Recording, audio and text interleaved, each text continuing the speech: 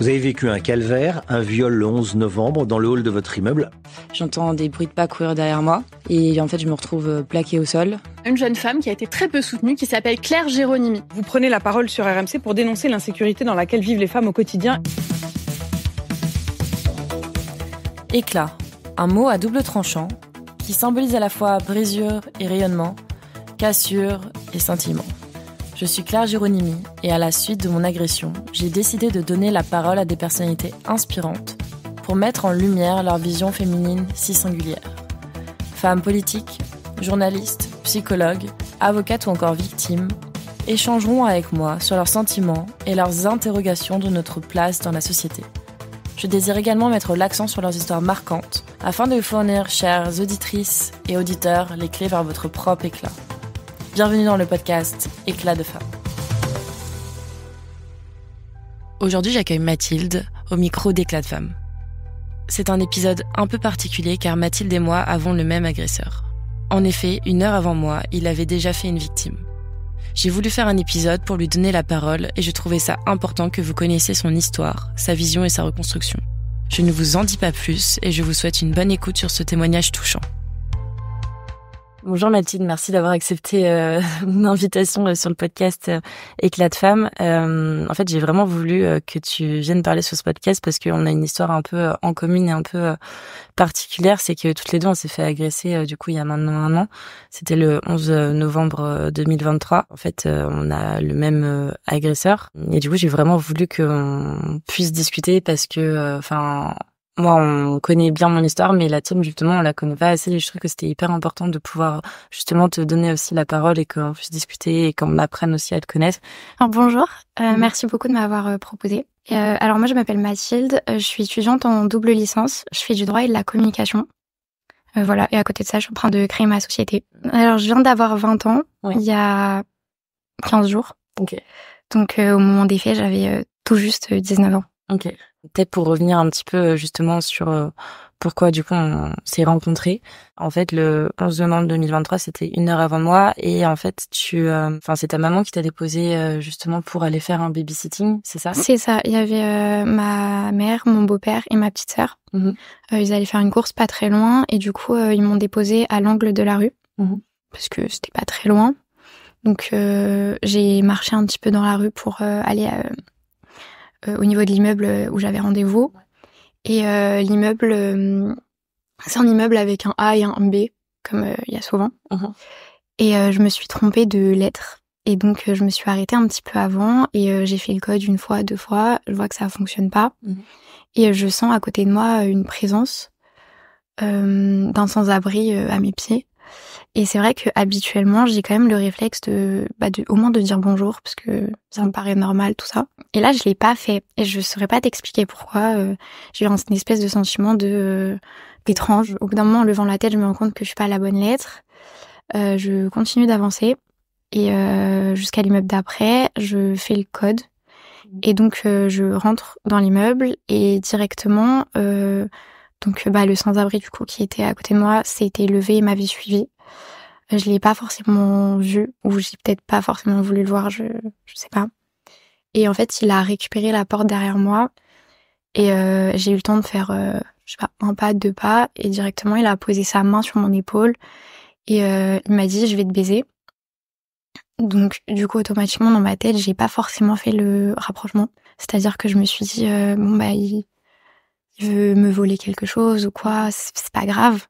Ça arrive, j'ai essayé tout de suite de beaucoup relativiser. Ouais, de dire que t'étais pas forcément en danger non plus, quoi. C'est ça, j'ai essayé. Et après, quand j'ai compris que c'était pas ça, j'ai eu un espèce d'élan de panique, je me suis mise à pleurer, j'ai commencé à avoir un peu de mal à respirer, etc. Et tout de suite, je suis rentrée dans une démarche de négociation. J'ai beaucoup négocié avec lui. Je lui ai dit que j'étais mineure à ce moment-là. C'était pas vrai, mais tu sais... Oui, tu essaies de trouver un moyen pour t'en sortir. C'est ça. J'ai essayé de beaucoup m'humaniser pour pouvoir... pour lui permettre de comprendre que j'étais quelqu'un. Ouais, c'est ça. Il pouvait pas faire... ce qu'il voulait, quoi. C'est ça. Et je sais, après réflexion et après m'être renseignée, que ça peut être une technique pour casser le fantasme. d'un agresseur. Mais là, pour le coup, ça a pas fonctionné. Et donc, je me suis beaucoup débattue. Je lui ai dit que j'attendais le mariage. Je lui ai dit que mes parents m'attendaient. Que mon père allait arriver. Oui, tu parlais. C'est ça, je parlais beaucoup. Oui, t'essayais au plus ou moins d'arriver à sortir de cette situation, quoi. C'est ça. Et du coup, une première fois, je me suis mise à courir très vite. Jusqu'à... Alors, c'est un hall avec d'abord une porte cochère parisienne classique, un long couloir et au bout, une porte. Donc, je suis allée à la seconde porte pour pouvoir appuyer sur l'interphone. Mais il m'a rattrapée. Il m'a empêchée de crier. Alors, j'ai crié plusieurs fois, très fort. Je pense que j'avais jamais crié aussi fort de toute ma vie. Et je sais maintenant avec le recul du coup que les gens m'ont entendu. Et en fait, au bout d'un moment, comme il voyait que je coopérais pas du tout, il m'a dit... D'abord, il m'a embrassée de force, plusieurs fois. Il m'a dit « je t'aime ». C'est quelque chose qui est encore assez perturbant pour moi aujourd'hui. Bah forcément, c'est quelque chose de la vie de tous les jours qui le transcrit dans un truc horrible, en fait. Oui, c'est devenu un mot difficile et qui a plus le même sens aujourd'hui pour moi. Et donc, au bout d'un moment, il m'a dit « je vais te tuer ». Chut, je vais te tuer plusieurs fois. Et donc, il m'a étranglée, il m'a plaqué au sol, etc. Et au bout d'un moment, il m'a dit « j'ai une arme, tais-toi ». Et en fait, j'ai continué de me débattre et du coup, il l'a sortie. Il l'a mise contre ma tête. Et du coup, là, forcément, j'ai eu un peu plus peur. Et pour le coup, je me suis vraiment dit qu'il était capable de me tuer. J'ai vraiment senti un poids de « il a rien à perdre » et de « s'il faut me tuer, il le fera ». Et en fait, ma seule priorité, c'est devenu de vivre. Et après, je me souviens pas de tout. Moi, j'ai la chance, entre très grosses guillemets, d'avoir une agression qui a été filmée. Donc, avec le recul, je sais à peu près ce qui s'est passé. Parce que j'ai eu l'occasion de voir les images. Et je sais que j'ai occulté pas mal de choses. Mais donc après, il m'a violée. Et ensuite, au bout d'un moment, il y a un voisin qui passait. Enfin, c'était pas un voisin, maintenant je le sais, c'était quelqu'un qui faisait des travaux. Donc il y a quelqu'un qui faisait des travaux qui est descendu, qui l'a interpellé pour lui demander ce qu'il faisait, il parlait pas très bien français. Mais il a menacé d'appeler la police et il a insisté un petit peu et au bout d'un moment que l'agresseur est sorti de l'immeuble. Et du coup, cet homme est sorti avant l'agresseur ou... Non, il est sorti. Alors, d'abord, il l'a fait fuir. Ouais. Ensuite, moi, je me suis relevée, parce que du coup, j'étais par terre. Je me suis relevée, j'ai été directement un peu derrière l'homme. Pendant ce temps-là, l'agresseur a pris la fuite, il a ouvert la porte, et en fait, devant la porte, j'ai vu des gens qui attendaient. Et après, donc, il a attendu qu'il sorte. Ensuite, il m'a dit, je suis désolée, je parle pas très bien français. Et après, il est parti. Il est parti, ouais. Et du coup, ces gens qui étaient justement derrière cette porte, c'était des personnes qui avaient entendu aussi, c'est ça, oui. L'agression? A priori, ils ont entendu, puisque ils pensaient que l'homme qui, du coup, m'avait aidée était également un agresseur. Ils pensaient que, a priori, que j'étais en train de me faire tuer. Enfin oui, ils avaient conscience que c'était une scène grave qui était en train de se dérouler. Et après, ces gens-là aussi ont porté plainte au final, c'est ça? Enfin, alors, leur témoignage a été recueilli par la police. Ouais. Mais à ma connaissance, ils n'ont pas porté plainte. Ils n'ont pas porté plainte, ok. Et du coup, après, qu'est-ce que t'as fait? Du coup, t'es montée directement au babysitting, oui, c'est ça? Du coup, je suis allée sonner. Je savais pas trop quoi faire. J'avais pas forcément envie de rester dans le hall. Mon téléphone était bloqué parce que pendant l'agression, j'avais essayé en fait de déverrouiller mon téléphone pour. Alors aujourd'hui, entre-temps, j'ai compris qu'il y avait appel d'urgence, mais sur le moment, ça m'était complètement sorti de la tête. Mais au final, ça peut servir. Et du coup, j'avais bloqué mon téléphone pendant 10 minutes. Et donc, j'ai directement sonné à l'interphone. J'avais trop peur de ressortir. Ouais, tu savais pas si ça se trouve, il était encore derrière. Ouais, c'est ça. On sait pas, quoi. Oui, puis on réfléchit. Alors, pendant l'agression, j'ai beaucoup réfléchi. J'ai eu beaucoup de questions en tête. Mais après, j'étais plus dans une démarche de, ok, je suis vivante, il faut que je sorte de là. Et donc, du coup, j'ai sonné à l'interphone. Et la maman m'a ouvert. Et donc pendant que la porte de l'interphone s'ouvrait, il y a les gens du coup qui attendaient devant la porte qui sont rentrés. Je me souviens qu'ils ont crié mais madame, qu'est-ce qu'il vous a fait? Et en fait je leur ai pas du tout répondu et je suis montée. J'ai même pas pris l'ascenseur, j'ai pris les escaliers et j'ai couru jusqu'en haut. J'ai essayé d'essuyer un peu mes yeux et donc quand la maman m'a ouverte direct, je lui ai expliqué. Elle a pas forcément dû comprendre ce qui se passait. Ouais. Surtout que c'est la première fois que tu l'as vu. Oui, c'est ça. C'était un entretien. Et donc, je lui ai demandé si elle avait une salle de bain pour que je puisse me démaquiller, respirer un petit peu. Parce que c'était quand même des enfants bas âge. Et le but, c'était pas de les traumatiser eux aussi. Et donc, et après, pendant qu'on était dans la salle de bain et qu'elle essayait de comprendre ce qui se passait, les policiers sont direct intervenus. Parce que toi, t'avais appelé... Non, t'avais même pas appelé la police. C'est pas moi. Les gens qui avaient appelé la police. Je suppose, je sais pas. Je pense que oui. C'est des gens qui ont entendu. Ils sont pas venus tout seuls. Mais c'est pas moi. Ok, et du coup, après, la police est venue et qu'est-ce que t'as fait? Ils ont appelé tes parents ou toi t'as appelé tes parents directement? Ils m'ont d'abord, la maman m'a laissé une chambre dans l'appartement que les policiers puissent m'interroger. J'ai eu pas mal de services différents de policiers qui sont intervenus. Donc au début, ils ont fait venir les pompiers aussi pour pouvoir me soigner potentiellement, prendre ma tension, etc.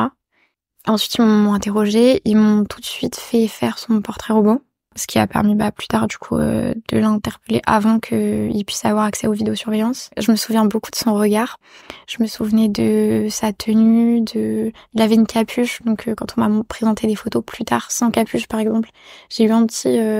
Mais après, même plus tard sur la planche de photos, etc., ça a été très automatique. Je sais que toi aussi tu l'as reconnu. Ouais, mais c'était pareil, en même temps, plus ou moins, tu te dis, ok, vas-y, il faut vraiment que je l'analyse. Enfin, moi, en tout cas, c'était comme ça. Il fallait que j'analyse pour qu'on puisse l'identifier après, quoi. Donc... Ouais, c'est ça.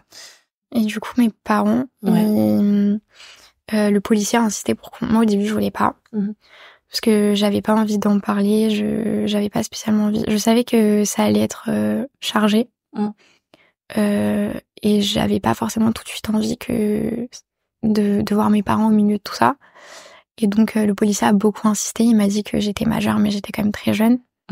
Et il m'a dit si vous êtes d'accord, je veux bien le numéro d'un de vos parents. Du coup j'ai donné le numéro de ma mère parce que mon père ne pouvait pas se déplacer. Et du coup elle est venue assez vite. J'ai pas entendu ce qu'ils lui ont dit, ils se sont mis dans une autre pièce. Après maintenant avec le recul, je sais qu'ils lui ont dit qu'il s'était passé quelque chose mais qu'ils lui ont pas donné de détails. Ils lui ont dit que j'étais vivante, que j'allais à peu près bien. Mais ils n'ont pas donné de détails. Oui, ils ont été assez respectueux là-dessus aussi. Ouais. Et du coup, après, ta maman est arrivée. Vous êtes allé au commissariat, c'est ça? Oui. Alors d'abord, on a attendu un petit moment parce que du coup, j'ai vu d'autres services de police. J'ai vu la dame du ministère de l'Intérieur qui est venue donc me présenter une photo de quand il l'avait interpellée sur les Champs-Élysées. Juste après. Et après, au bout d'un moment, donc d'abord, j'ai eu la première DPJ, qui est du coup la police judiciaire, qui est venue pour prendre mes vêtements. Et c'est avec eux, du coup, que je suis partie. Donc, je suis partie avec la voiture des policiers. Mais ça a été, je pense, 2-3 heures après. Il y a eu un petit moment de questions où, en fait, j'étais encore chez la famille. Ouais, t'étais pas du tout chez toi, non. Dans un endroit, on va dire, où tu te sens plus ou moins à l'aise. T'avais pas le choix non plus que de rester là aussi, je pense, donc ouais. Et après, du coup, ils t'ont emmené au commissariat, et à quel moment ils t'ont dit qu'il y avait une autre victime? Alors, j'ai entendu des échos quand j'étais dans la chambre. J'entendais, il y a une seconde agression, on pense que c'est la même personne, mais on n'est pas sûr. Ils me l'ont pas dit à moi, en fait, ils étaient dans le couloir. C'est vrai que moi, j'ai pas eu le temps de me poser beaucoup de questions, parce que j'ai été directement... prise par toutes les questions, etc. Je me suis pas posé de questions sur lui. Quand il a été interpellé, j'ai même pas eu le temps de me dire est-ce qu'on va le retrouver. Et c'est vrai que je m'étais pas du tout posé la question. Et d'un coup, j'ai eu un espèce de sentiment de culpabilité que j'ai gardé un petit moment, qui est venu en me disant qu'en fait, si jamais le voisin était... qui n'était pas un voisin, si jamais l'ouvrier n'était pas intervenu et qu'il avait fini ce qu'il avait à faire, entre guillemets, peut-être que ça serait pas arrivé. Et c'est un truc qui m'a tout de suite envahie, mais encore plus quand j'ai eu du coup l'occasion de te rencontrer juste après. Ok. Parce que du coup, donc on est allé à la première DPJ. On a pris nos plaintes. Et donc, il a fallu raconter, etc. On m'a posé des questions sur ma vie privée aussi. Ouais. Un peu lunaire, ça, mais oui, je trouve ça difficile de... Enfin, je vois pas la différence, en fait. Je vois pas l'intérêt non plus. Enfin, c'est vraiment... Enfin, c'est un événement externe. Enfin, on parle pas de violence conjugale. Enfin, c'est vraiment... Ouais. C'est un peu... Je suis d'accord avec toi. Et... Ok. Mais ouais. Mais moi, je me souviens justement, enfin, quand je suis arrivée au commissariat, enfin, je suis arrivée à l'étage et du coup, au début, j'ai vu ta maman et je croyais que c'était elle, cette personne qui était notre victime, parce que moi aussi, je l'ai appris par le biais de discussions d'autres policiers. Et du coup, au début, je croyais que c'était ta maman, mais enfin, après, j'ai compris qu'en fait, c'était toi. Et quand je t'ai vue, genre, j'ai fait, waouh, c'est horrible, elle est super jeune. Et du coup, moi, j'ai commencé à dire, mais c'est horrible ce qui lui arrive, enfin, genre, c'est horrible. Et du coup, en fait, je m'oubliais totalement. J'étais, mais en fait, c'est pas possible. Enfin, juste le fait de dire, waouh, enfin, t'es tellement jeune et c'était assez dur à réaliser et tout. Et puis après, ils nous ont quand même assez mélangés, je trouve. Oui, sans nous présenter spécialement. Enfin, c'était assez brutal. On est sortis de, je pense que c'était 2 heures de déposition, quelque chose comme ça. Un peu moins, peut-être, 1h30. Ouais. Et directement, c'était... moi, c'est là que j'ai appris que du coup, il y avait vraiment une autre victime. Et après, on m'a directement dit, là-bas, c'est l'autre jeune femme qui s'est faite agresser. Et c'est vrai que c'était assez brutal, parce que directement, on a été dans une voiture pour aller aux UMJ. Tous ensemble, ouais. Oui, tous ensemble. Avec nos accompagnants. C'est ça. Et puis, ouais, et après, arrivé aux UMJ, toi, comment tu l'as vécu, justement, C'était assez étrange comme sentiment. Parce que je pense qu'on n'est pas préparé à ça. Et il y avait déjà eu, du coup, la plainte. Et donc, en fait, déjà, j'étais fatiguée. J'avais envie de rentrer chez moi. Ouais. J'en avais marre. Il était tard, en plus. Il était très tard. Et j'ai trouvé ça très brutal. Déjà, j'étais atterrée par le fait qu'ils veuillent pas te recoudre. Parce que, je sais que c'est pas le même service et qu'ils y pouvaient rien, etc. C'est la procédure, mais je trouve la procédure très difficile. Ouais, je me suis fait recoudre le lendemain à 20h, donc, Oui, c'est horrible. Ouais. Et puis, heureusement que c'était pas un truc très grave, parce que j'imagine même pas, en fait, quand c'est pas, qu'est-ce que ça c'est, en fait. Donc, j'imagine même pas toutes ces femmes, genre, qui sont en train de perdre un membre, je sais pas, bref, des trucs horribles, mais ouais, c'était un peu lunaire. Ouais, c'était dur. J'ai trouvé que le personnel était pas forcément très bienveillant.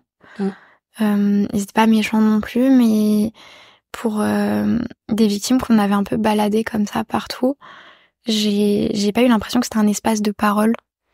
Non, mais moi j'ai l'impression que c'était surtout en fait, ils étaient tellement habitués à avoir plein de victimes que c'était un peu à la chaîne. Et ouais. Et puis ils étaient fatigués, c'était le soir. Je sais que il y avait qu'un homme aussi pour nous examiner. Ça, j'ai trouvé ça un peu moyen. Ouais, c'est vrai. Il fallait y aller seul pour faire des prélèvements. Des prélèvements, moi, j'ai pas trouvé qu'ils avaient été faits spécialement en douceur. C'était expliqué très machinalement et pas très humainement. Et donc, c'était un peu difficile. Il y a eu la trithérapie aussi. Ouais. Donc, qui est un traitement de prévention du VIH. C'est assez lourd et c'est pas anodin. Et je trouve que ça nous l'a été expliqué de façon assez brutale aussi. Je sais que toi, t'as eu des effets secondaires. Moi aussi. J'ai des reins très fragiles et je savais que c'était un traitement dur. Qui allait avoir des séquelles. Et on me l'a expliqué de façon à me dire, en fait, t'as pas le choix. Parce que si lui, il veut pas faire les prélèvements, il a le droit de pas les faire. Donc, si tu le prends pas, c'est un peu à tes risques et périls. Et donc, on l'a pris avant même qu'on lui ait demandé à lui, en fait, de faire les prélèvements. En fait, moi, c'est ça que j'ai trouvé hallucinant, c'est qu'on l'avait arrêté, et puis la première chose qu'on devait faire, en fait, au-delà de l'interroger, tu me demandais s'il avait, comment c'est fait, c'est de faire une prise de sang, quoi. Oui. Puis ouais. Il était arrêté, donc on n'était pas obligé de le prendre en plus ce médicament qui est hyper invasif au final. Oui, c'est vrai. Il y aurait pu y avoir des moyens pour éviter. Ouais. Et ça n'a pas spécialement été fait. Après, c'était un jour férié, il était tard, ils avaient peut-être pas le... Et du coup, après les UMJ, t'es rentrée chez toi et... Oui, je suis rentrée chez moi. J'avais absolument pas envie qu'on me touche de partout. J'ai ma petite sœur qui est venue me voir me faire un câlin et mon premier réflexe a été non. Et je me suis rendu compte juste après en le disant que ça avait été très violent. Et du coup, j'ai essayé de lui expliquer, elle savait pas trop ce qui se passe tout ça, mais de lui expliquer qu'en fait, je voulais pas que les gens, mes proches à moi, les gens que je côtoyais, et son ADN à lui sur eux. Même 30 secondes, c'était pas possible. Donc je suis allée directement me doucher. Après, je me suis assise dans mon salon. J'ai discuté un petit peu et après je suis allée dans mon lit et j'ai eu beaucoup de mal à réaliser. J'arrivais pas à être en colère. Ça m'a duré très longtemps, ça. Parce que j'étais presque reconnaissante, en fait, d'être en vie. Et c'est quelque chose qui m'a beaucoup poursuivie. Je me disais, en fait, que j'aurais dû mourir et que c'était pas le cas. Et du coup, j'avais, une forme de reconnaissance. Ouais. Et ça, après, justement, après, comment tu l'as vécu d'un point de vue plus psychologique, toute ton année de reconstruction, etc. J'ai beaucoup cherché à savoir pourquoi. Notamment au départ, j'étais beaucoup dans le pourquoi. Je cherchais à comprendre. J'ai passé des journées entières à lire des articles, etc. En sachant que moi, je suis partie du principe que potentiellement, il était sociopathe ou psychopathe et que ça se soignait pas. Et que je savais que j'aurais pas forcément les réponses. Mais c'était important pour moi de savoir pourquoi. C'est quelque chose qui m'est passé à force parce que j'ai fait preuve de résilience et que je me suis dit que de toute façon, j'aurais pas la réponse. Mais ça a été assez difficile, oui. Et est-ce que t'as eu vraiment, moi je sais que j'ai eu des idées noires à un moment donné où c'était vraiment un mois après, j'ai eu énormément d'idées noires où ça allait pas du tout. Est-ce que toi aussi t'as eu ce genre de choses ou pas? Non, j'ai pas spécialement. Ça m'est arrivé d'avoir des questionnements là-dessus dans ma tête, de me dire c'était pas j'ai envie de mourir, c'était ça aurait été plus simple si en fait j'étais morte. Tout est plus simple en fait. C'est plus difficile pour ton entourage évidemment, mais toi en tant que personne, plus le temps il avance, moins t'es légitime de souffrir et les gens continuent d'avancer, ce qui est normal. Et du coup, parfois je me dis que toute cette souffrance-là, elle aurait pu être évitée. Et peut-être que ça aurait été effectivement plus simple si ce jour-là, s'était vraiment servi de son arme, par exemple. Ouais. Et en termes de soutien, après, est-ce que toi, je sais que ta famille ou tes amis t'ont beaucoup soutenu et tout, mais c'est dur en tant que victime aussi de ressentir, je trouve, le soutien. Est-ce que tu t'es sentie comment là-dessus? Je pense que j'ai un très bon entourage. Et ça m'a beaucoup aidée. Honnêtement, je pense que ça fait partie de la reconstruction. Ils pourront jamais effacer ce qui s'est passé. Mais ils sont là tous les jours et ça a pas de prix. Maintenant, avec le temps, comme je te disais, chacun reprend sa vie. Au début, les gens sont très attentifs à l'état dans lequel tu es. Et toi, à contrario, moi en tout cas, à contrario, j'étais pas forcément si mal que ça. J'ai beaucoup culpabilisé aussi de pas être si mal que ça. On m'a beaucoup dit, oui, tu verras, tu vas sûrement avoir le besoin de prendre 14 douches par jour, tu vas sûrement te sentir très sale, etc. Et c'était pas forcément le cas. Et du coup, j'ai beaucoup culpabilisé. Et en fait, au commissariat, on m'a expliqué que il y avait un espèce de système qui faisait que quand au début, toi, tu relâchais pas parce que tes proches le faisaient à ta place. Et après, c'était l'inverse. Et en fait, quand tes proches commencent à reprendre une vie assez classique, toi, d'un coup, c'est un peu ton monde qui s'arrête. Je sais pas comment toi, tu l'as ressenti. Mais c'était un peu ça pour moi. Ok. Ouais, moi aussi, ça a été un peu la même chose où au début, pareil, je réalisais pas forcément. Et puis après, je me suis dit, au final, en fait, pareil que toi, c'est ça. Je suis à rien dans tout ce que je fais. Et je pense que la période la plus dure, c'était 6 mois après. Où vraiment, justement, tout le monde réussissait sa vie. Et moi, j'arrivais pas à avancer. Et j'étais dans mon travail, justement, j'arrivais pas à réaliser mes missions. En même temps, on attendait de moi que je sois hyper performante, etc. Et je pense que tu l'as vécu aussi par le biais de tes études. Les partiels, c'est ça. Les partiels, etc. Aujourd'hui, tes études, ça va? Ça va. J'ai eu une période où j'allais plus du tout en cours. Du coup, la première fois que je suis retournée en cours après, c'était pour mes partiels. Donc, j'avais envoyé un mail à mes facs, parce que du coup, je suis en double cursus dans 2 facs différentes. Et donc j'avais envoyé un mail pour demander si je pouvais avoir un aménagement avec les cours écrits. Parce que suivre un amphithéâtre, pour moi, c'était impossible. J'avais des problèmes d'attention. Et on m'a répondu, je suis désolée, mais ça va pas être possible. J'ai un peu dû me débrouiller par moi-même. Donc avec le peu d'attention que j'avais, avec les manuels des profs, avec les élèves, etc. Et donc j'y suis retournée pour les partiels. J'ai étonnamment eu mon année. Ok. Mais je pense que je l'ai eu parce que j'ai pas eu le choix de l'avoir. Moi, j'aurais voulu faire une pause. J'aurais voulu arrêter. En plus, c'était un peu difficile parce que je fais des études de droit et de communication, du coup. Ouais. Et le droit, on est au milieu de la justice. Bien sûr. Et la communication, après, du coup, il y a eu les médias. Et en fait, cette espèce de mix, c'est devenu hyper difficile. Aujourd'hui, je fais du droit pénal. C'est compliqué. Aujourd'hui, je fais de la communication politique. C'est compliqué aussi. Ouais, j'imagine. Mais on m'a beaucoup dit, tu verras, tu le fais maintenant, tu te remercieras plus tard, etc. Et j'avais pas le courage de m'opposer. De poser. C'est ça. Je comprends. C'est vrai que c'est dur. Enfin, en fait, t'es dans un... Surtout, je pense, à ton âge, c'est encore plus dur que de changer de travail. Enfin, je prends mon exemple parce que voilà, mais moi, j'ai eu tous mes diplômes, etc. Et que si je change de travail, en fait, c'est moins grave parce que ça va pas... Enfin, ça peut déterminer ma vie, mais en fait, demain, retrouver un travail, c'est pas du tout la même chose que de changer complètement d'études. C'est de changer toute ta vie derrière. Et donc, ouais, j'entends. Est-ce que t'as suivi une thérapie ou quelque chose comme ça ou... Alors, non, j'ai pas suivi de thérapie particulière. Je vois de temps en temps la psychologue du commissariat. C'était plutôt dans une démarche de comprendre ce que j'allais vivre psychiquement et ce que mon entourage allait vivre. J'ai pas ressenti de besoin particulier de voir un psychiatre ou un psychologue en libéral. J'ai eu des médicaments pour dormir, mais ils m'ont été prescrits par mon médecin traitant. Et après, moi, je l'ai pas ressenti le besoin. On me l'a beaucoup conseillé, juridiquement. On m'a dit ce sera mieux pour le procès, etc. Mais j'avais pas envie de faire semblant d'avoir une thérapie pour le procès.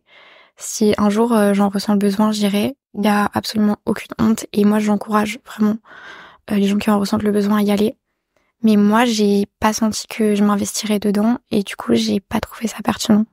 Ouais, mais je sais que justement, enfin, j'entends beaucoup de victimes qui, elles, des fois se disent, en fait, tant que mon agresseur sera pas jugé, j'ai pas envie de faire de thérapie parce que, enfin,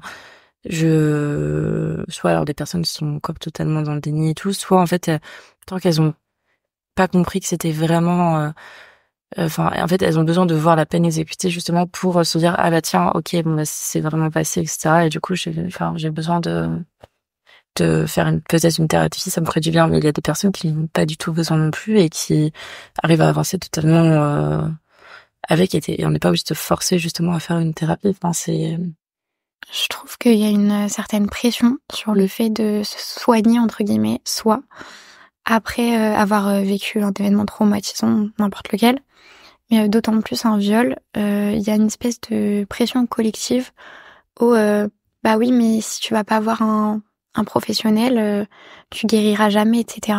Et j'avais absolument pas envie de le faire parce que c'est sociétal. Du coup, peut-être que oui, après le procès, j'en ressentirai le besoin et il y aura aucun problème à le faire. Mais actuellement, je vais bien comme ça, en fait. Oui, donc en fait ça fonctionne, donc ça sert à rien d'aller remuer le couteau dans la plaie, on va dire aussi. Donc ouais. Peut-être on va passer à l'autre partie aussi de tout ce qui est médiatisation. Du coup, enfin, je sais que tu vois, j'en ai beaucoup parlé, justement j'en ai parlé 5 jours après l'agression. Toi, comment est-ce que tu as vécu justement tout ça, parce que enfin, ça doit pas être simple non plus de vivre le fait qu'il y ait une personne qui parle de l'agression, même si moi j'ai toujours essayé de pas parler de ton agression et d'être toujours hyper bienveillante, mais j'entends que ça rappelle quand même, ça fait des piqûres de rappel, donc c'est peut-être ça a été très difficile pour moi. La toute première fois où t'en as parlé, du coup tu m'as envoyé un message pour me prévenir. C'était super bienveillant et c'était très cool. Et après on n'a pas eu il y a eu un espèce de vide pendant un mois, je dirais, un petit peu moins. Et puis après un matin je me suis réveillée et j'avais des messages sur mon téléphone de mes proches qui me disaient ah mais on parle de ton histoire à la télé, etc. Et c'est vrai que ça m'a fait très bizarre. Surtout quand j'ai appris que mes grands-parents aussi, par exemple, ils avaient vu un passage sur BFM ou CNews. Je sais plus exactement. Ça a été très délicat pour moi parce que il y avait cette chose du c'est pas moi qui en parle, mais on en parle quand même et c'est légitime. Mais du coup, ça a été beaucoup repris. Ça a été plus ou moins instrumentalisé de tous les côtés politiques que ce soit. Et alors ça s'est calmé un petit peu, c'est revenu un peu plus récemment. Mais c'est en fait dans ma tête, ça a été surtout comment je protège mes proches. J'ai des sœurs et je me suis dit, ça m'a poussée un petit peu aussi à me poser la question de est-ce que moi je vais parler. Et j'ai été contactée, etc. Et c'était comment je protège mes proches de ça. Parce que moi, de toute façon, ça y est, j'y pense tout le temps. Moi, de toute façon, je vis avec ça tous les jours. Mais est-ce que quand mes sœurs, elles allument la télé et qu'elles tombent dessus par hasard, je fais quoi ? Je les protège comment ? Et je peux pas, parce que la liberté de la presse, c'est une super chose. Et du coup, je pouvais rien y faire. Et cette ambiance de rien pouvoir y faire, ça a été plus difficile que les médias en soi. Et du coup, après, je sais qu'on a parlé dans Le Parisien. Du coup, qu'est-ce qui t'a poussé à témoigner et comment, t'as vécu la chose? Parce que je sais que, c'est pas forcément super bien passé non plus. En fait, moi, j'ai trouvé que la façon dont les médias traitaient l'affaire, elle l'éloignait du problème. C'est pas ton témoignage en soi qui m'a dérangée. Vraiment pas, même. Je trouve ça très bien qu'on donne la parole aux victimes. C'est la façon dont ça a été récupéré politiquement, la façon dont on t'a décrite. Ça arrive encore que quand tu passes sur un plateau télé, en dessous de ton prénom, il y a écrit Claire Géronimi, victime de viol par un OQTF. Mais en fait, Claire, avant d'être victime d'un viol, c'est Claire, et t'es quelqu'un d'autre. Et c'est vrai que j'ai trouvé ça très brutal.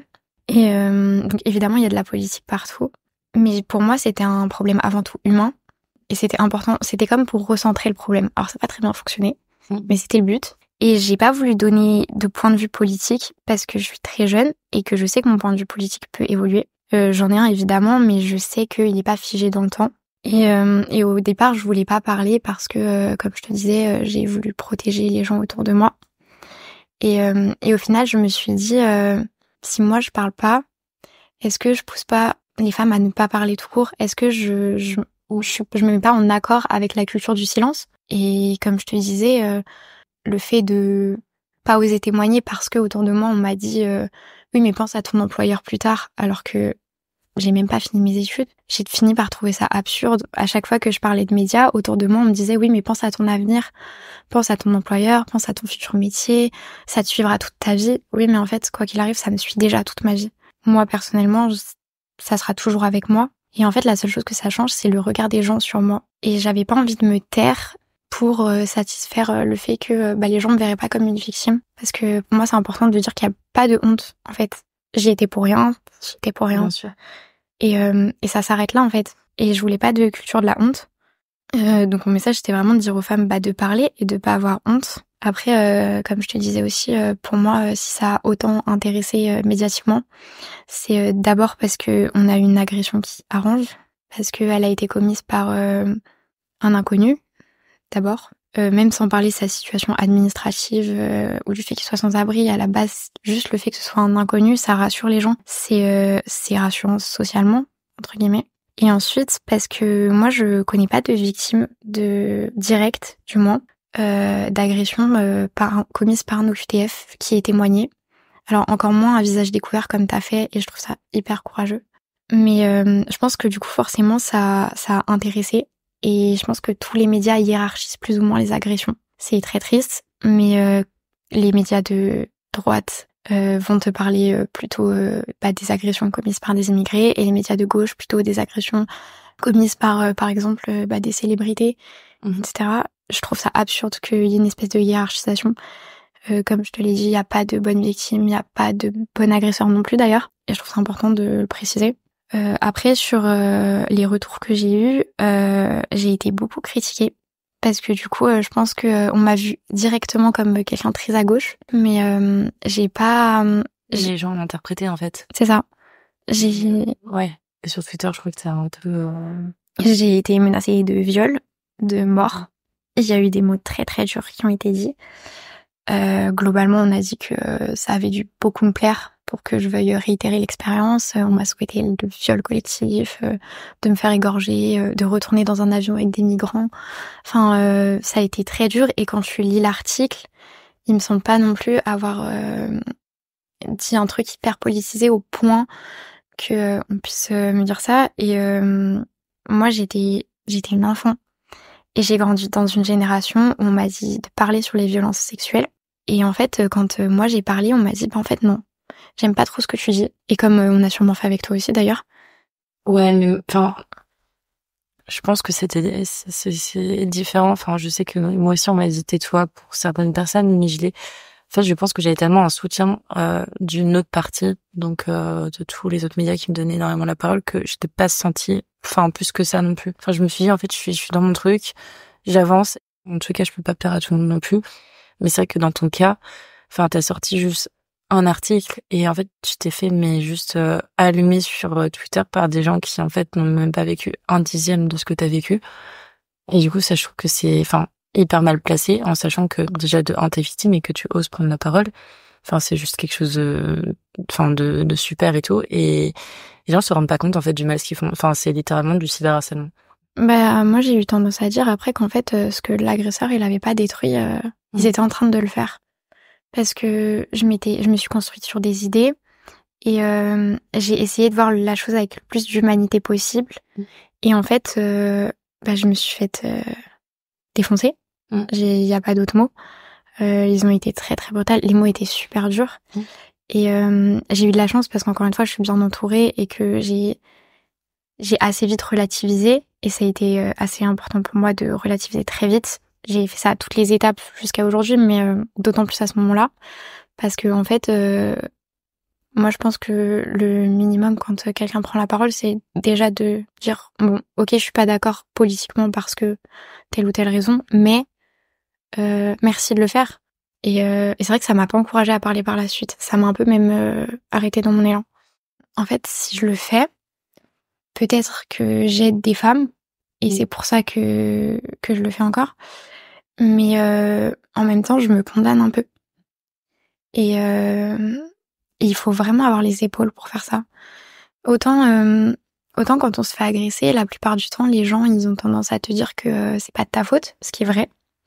Autant quand tu prends la parole dans les médias, c'est pas pareil. On va te dire, tu t'exposes, t'as choisi. Et c'est beaucoup plus difficile. Peut-être un bon dernier la victime, on va dire, c'est tout le temps, c'est très dur. Oui, tu le ressens beaucoup gens plus que moi. Me regardent dans la rue, qui m'interpellent, ont un regard de pitié, et c'est très dur. Et du coup, en fait, les gens me voient que parce que je suis victime et que je dénonce les violences, du coup, faites pas d'agression de rue et fait en plus par des hommes sous QTF, alors que y a pas que ça. Mais bon, voilà. Des fois, c'est vrai que, en tout cas, moi, j'ai envie de tout envoyer balader. Peut-être juste derrière mon tableau Excel et de me dire, en fait, c'est très bien de penser, juste de penser à comment refaire fonctionner une boîte, etc. Mais maintenant, ouais, c'est assez c'est assez dur à gérer. Et même tous les gens, moi j'ai eu énormément de commentaires où les gens disaient vous êtes super forte, vous êtes hyper courageuse, etc. Mais je trouve pas. Peut-être que les gens peuvent le penser et tout, mais en vrai, à part déballer mon histoire et tout, j'ai rien fait pour changer des choses non plus. Et oui, c'est du courage, mais toutes les autres victimes qui ne parlent pas non plus, elles sont hyper courageuses. Donc je me sens pas légitime non plus de recevoir tous ces messages de soutien, etc. Mais c'est vrai que c'est dur en fait à gérer. C'est très dur. T'incarnes quelque chose. Ça apporte un soutien d'une certaine façon. Les femmes qui osent pas en parler, peut-être elles se sentent écoutées, mais je pense que c'est très très lourd. Et les gens ils se rendent pas compte de la pression que c'est. T'as vendu une partie de ta vie comme ça, et ça va te suivre. Et tu le sais en plus. Et c'est ce qui rend la cause encore plus noble entre guillemets. C'est ce que je me dis, c'est qu'au final, ça permet à toutes ces femmes victimes de oser parler et aller porter plainte surtout. Et ça, je me dis que c'est une bonne action que je peux faire, et même par le biais de l'asso que je suis en train de créer, etc. toi, quelles sont tes attentes justement vis-à-vis de la justice, du procès qui va y avoir prochainement, c'est un grand mot. On verra. Ouais. Bah déjà d'une part, j'aimerais bien que la justice qui est censée être équitable et impartiale le soit réellement. J'aimerais bien qu'on se base sur des faits et pas forcément sur. Je sais que ce sera probablement un procès en cour d'assises et donc avec des jurés et donc par conséquent des jurés qui auront peut-être entendu parler de l'affaire et qui auront potentiellement un point de vue politique. Et j'aimerais bien que ça pèse pas dans la balance, forcément, quel que soit le point de vue des jurés. Ensuite, moi, j'ai un vrai sujet avec l'accessibilité à la protection de nos droits. Ce que j'entends par là, c'est que la justice, elle est censée être accessible à tous, quelles que soient les conditions économiques d'une personne. Et je t'apprends rien, un procès, ça coûte très cher, notamment aux victimes. Et il y a des aides financières, etc., qui sont mises en place, mais il y a beaucoup de désavantages aussi à avoir un avocat commis d'office. Oui, justement, c'était une question. Toi, tu as décidé de pas prendre un avocat commis d'office. Pourquoi? Et genre justement, comment, genre, tu le vis justement ce tout. Alors moi, j'ai eu la chance d'avoir les moyens de pas le faire déjà. C'est important de le préciser. Je sais que on a la chance d'être dans un pays où on a le droit à la défense déjà, mais c'est une chance de pouvoir choisir son avocat. Je l'ai choisi d'abord parce que on me l'a conseillé. Ensuite parce que le temps de travail et la charge de travail, elle est limitée pour un avocat qui est commis d'office. Et donc forcément, un avocat qui n'est pas commis d'office, il a plus le temps de se pencher sur ton affaire. Tu vois, en l'occurrence, du coup, c'est une affaire qui a été médiatisée et donc elle a été plus disponible pour répondre aux médias à ma place. Voilà, quand on m'a proposé plusieurs plateaux télé, etc., c'était elle qui répondait. Et peut-être qu'un avocat commis d'office aurait pas forcément eu le temps de le faire. Ensuite, les avocats commis d'office, ça arrive qu'ils soient pas spécialisés dans les viols. Exactement, dans les affaires, dans le pénal par exemple. Dans le pénal aussi. Et là, en l'occurrence, du coup, elle l'est. Et c'est vrai que ça a créé des inégalités par rapport à quelqu'un qui aurait un avocat commis d'office. Mais j'ai saisi ma chance, entre guillemets. Et ça, c'était quelque chose que je pouvais faire. Donc je l'ai fait. Après, c'est un vrai budget. Je la finance toute seule. Ça coûte très cher. Et c'est important de le préciser. Pour revenir justement à tes attentes de la justice, tu veux que ça soit... Je voudrais qu'on puisse choisir son avocat sans forcément se soucier du prix de celui-ci. Et à la rigueur, pourquoi pas pouvoir avoir un choix entre plusieurs avocats qui soient commis d'office. Tu vois, je pense qu'on pourrait avoir un autre moyen de fonctionner. Ouais. Après, pour le procès aussi, je sais que, en termes de peine, d'exécution de la peine, parce que, tu penses, je sais qu'on nous a, je sais pas ce que t'as dit ton avocate, mais, on avait déjà discuté, il pouvait être condamnable à 20 ans de prison. Est-ce que tu crois ça? Alors, dans les faits, il peut être condamné à 20 ans de prison, parce que du coup, on parle de viol aggravé, puisque d'une part, il est commis avec l'usage d'une arme, et de l'autre, il est commis en concours avec un autre viol sur une autre victime. Mais je suis assez sceptique sur le fait qu'ils prennent vraiment 20 ans. J'aimerais avoir foi en la justice aveuglément et me dire qu'il prendra 20 ans. Mais je pense que c'est très rare. Et je pense qu'il ne les prendra pas. Après, c'est un avis personnel, mais... Ouais. Ça, tu penses que c'est lié à quoi, justement? Je vois très rarement des agresseurs prendre la peine maximum. Du coup, on va peut-être terminer sur un truc un peu plus positif. Quel message d'espoir aimerais-tu transmettre justement à toutes les personnes qui nous écoutent? Moi, je voudrais faire entendre que, quel que soit le traumatisme d'ailleurs, et qu'on soit un homme ou une femme aussi, ou même un enfant, il n'y a pas de bonne façon de se reconstruire. Il n'y a pas de bonne ou de mauvaise victime. Il n'y a pas de bonne ou de mauvaise agression. Il n'y a pas de bon ou de mauvais agresseur.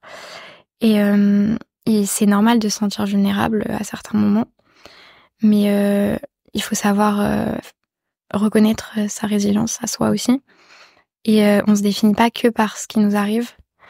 Donc il n'y a pas de schéma idéal à ça. Ok. Merci beaucoup Mathilde. Merci à toi. Merci à vous d'avoir écouté cet échange entre femmes. J'espère que cette conversation vous a plu. Si c'est le cas, nous serons ravis de connaître votre retour et n'hésitez pas à nous mentionner en story sur les réseaux sociaux. Pour découvrir les nouveaux épisodes d'Éclat de femmes chaque semaine, abonnez-vous sur votre plateforme d'écoute préférée. Et si vous pensez que cela pourrait intéresser l'un de vos proches, je vous encourage à le partager avec lui. À très vite!